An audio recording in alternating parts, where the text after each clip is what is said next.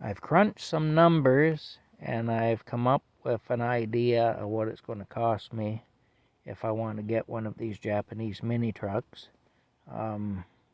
It's up there, The truck itself is fairly cheap. It's not hard to get a truck. I'll show you here what I'm talking about. This is from an auction site.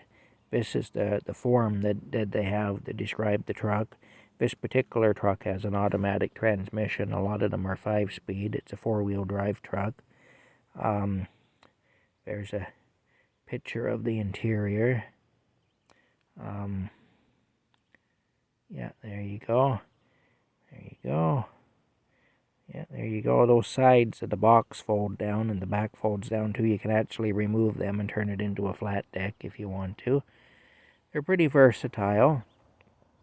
Be pretty good for what I'm wanting to do. This is just one type. This particular one is a Subaru Sambar. According to the site here, the starting bid is $70. The average sale price is $1,370 US funds for this truck. Of course, in Canadian funds, it'll be more. It'll be closer to $2,000 in Canadian funds. Anyway, but that's just for the truck. Now let's have a look at the numbers and see what we're dealing with here. I'll turn this off here. This is my old phone that only works for the internet now, but we'll turn it off. Okay, let's see what we got going on here now. I've got to just, okay, here we go. Let me flip this over here. All right, we got the Japan costs. In Japan, where the truck would be sold, I've got the lower end and the higher end. Now, the basic fee for the exporter I'm dealing with, what they charge for their services, is 79,000 yen, which sounds huge, but when you convert it to Canadian figures, it's actually kind of comical, the difference. It's $760. That's what they charge. Now for that, they do the bidding for you. They'll arrange a pre-bid inspection on the truck by a third party who will actually go out and look at the truck and take pictures and so on. They will deregister the truck if you buy it in Japan. They'll bid on the truck. They'll deregister it if you buy it in Japan, because it has to basically come out of the Japanese system before it can be exported. They'll arrange overland transportation from the auction house to the port in Japan. They'll arrange the pre-boarding inspection in Japan. They'll translate all the documents over to English, because obviously our people here in our Ministry of Transportation office, when they change the registration, they're not going to understand the Japanese documents.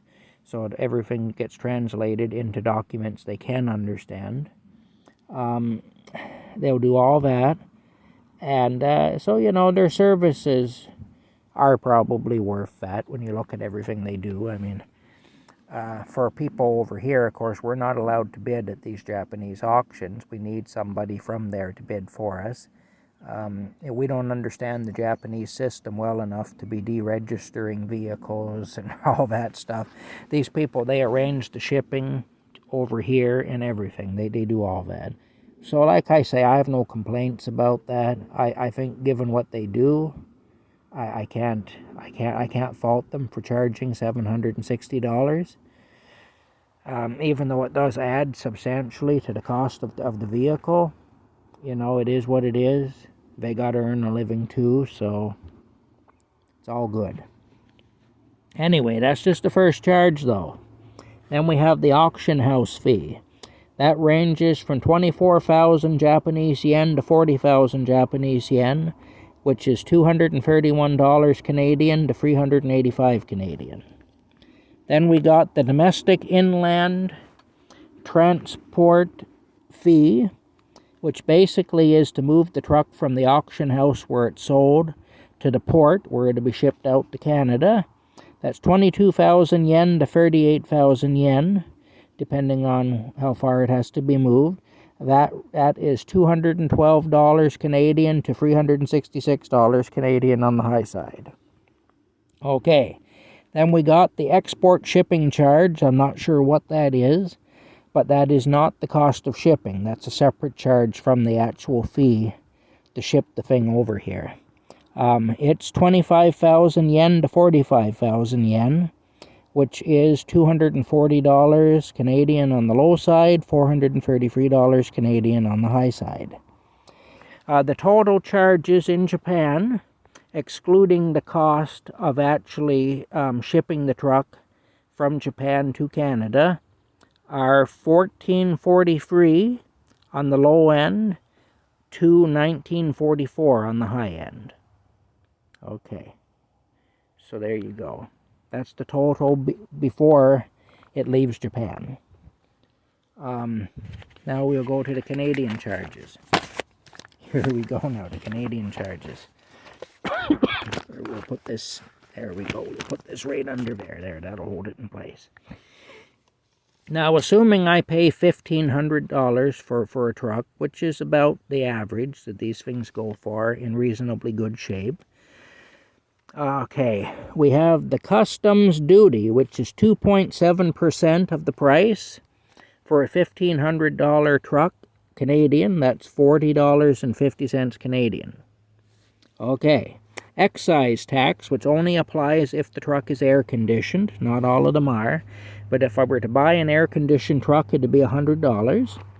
The GST at 5%, which is on the $1,500 truck, that would be $75. 5% of $1,500. Now, the truck may get flagged for a soil exam. It may not, but it may. That's $43 plus the GST. I've rounded it up to $50. Given the fact that there's tax added, it will be around $50 for that. Okay. Now we have the dock charge. The dock charge is a $225 charge. That's what they charge you at the dock, basically, where the ship is unloaded. Okay, the dock charge. Oh, wait a minute. Dock charge, $225. Okay, what have I done here now?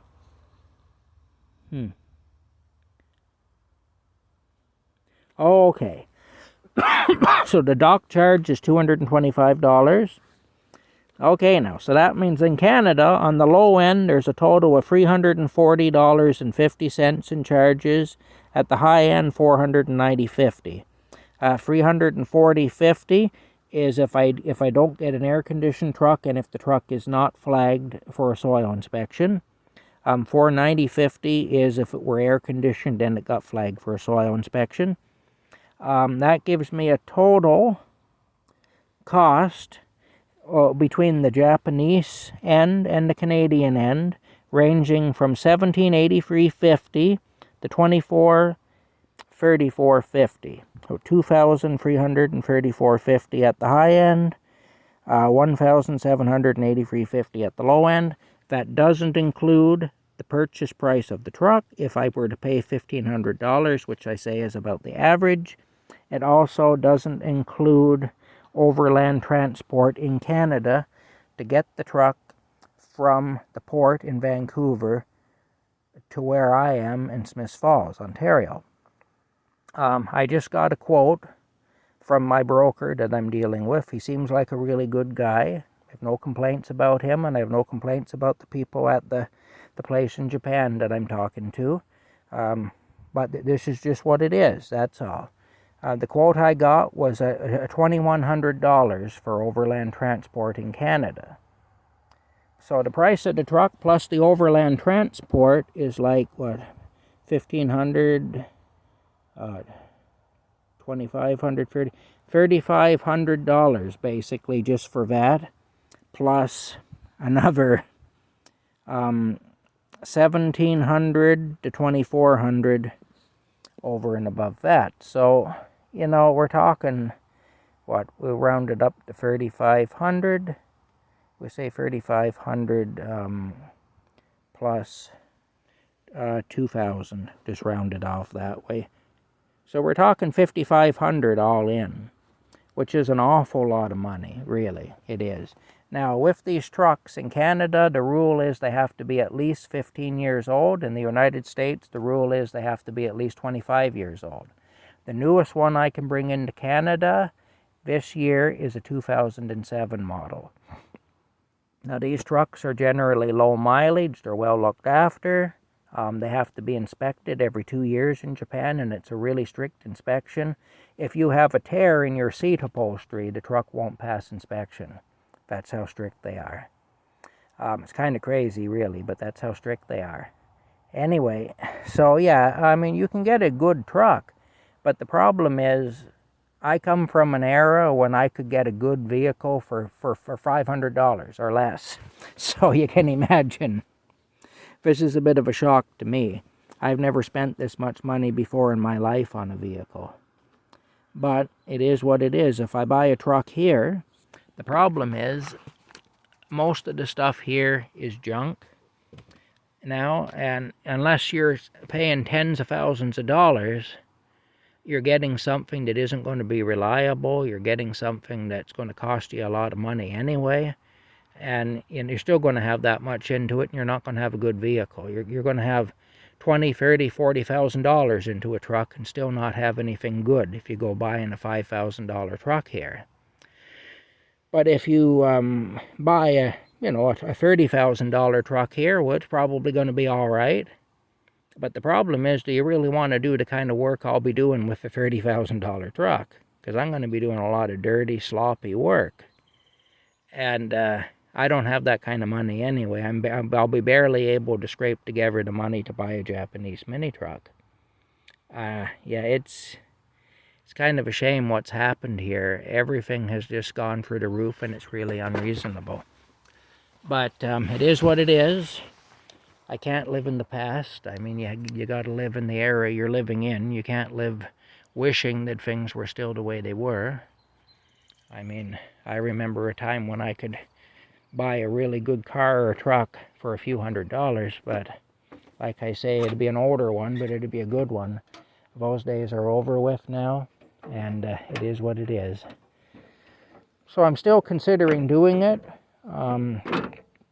Like I say, the broker that the people in Japan recommended to me in Vancouver, he seems like a good guy.